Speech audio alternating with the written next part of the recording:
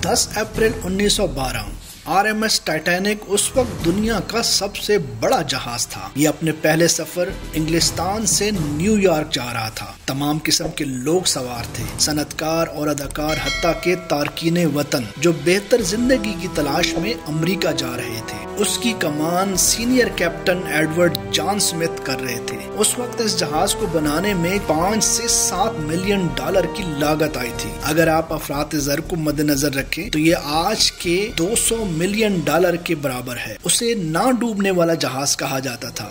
ये उसके बारे में मशहूर था। इस जहाज को बनाने वाली कंपनी का नाम व्हाइट स्टार लाइन था। इस कंपनी का नायब सदर इतना पुरतमाद था कि उसने पूरी दुनिया के सामने ऐलान किया कि ये जहाज डूब नहीं सकता। लेकिन 2 दिन बाद ही अपने पहले सफर पर रवाना होने के बाद 12 अप्रैल 1912 को टाइटैनिक को बर्फ की पहली वार्निंग मिली और 12 अप्रैल 1912 को साल की सर्द तरीन रात ना डूबने वाले टाइटैनिक को डूबने में सिर्फ एक आइसबर्ग लगा। लेकिन आज टाइटैनिक बहुत सी कंपनियों की आमदनी का जरिया बन चुका है। टाइटैनिक की खोई हुई रूहें फरोख्त की जा रही हैं। टाइटैनिक के टूटे हुए टुकड़े आज लाखों डॉलर में फरोख्त हो रहे हैं।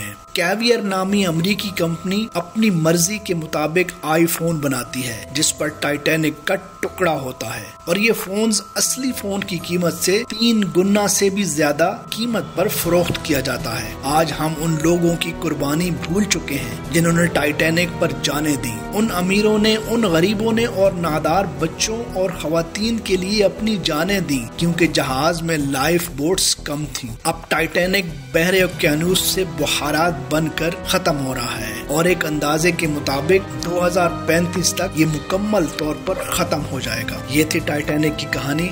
इस तरह की वीडियोस देखने के लिए मेरा चैनल लाइक करें ताकि आने वाली वीडियोस आप तक पहुंच सके। बहुत शुक्रिया।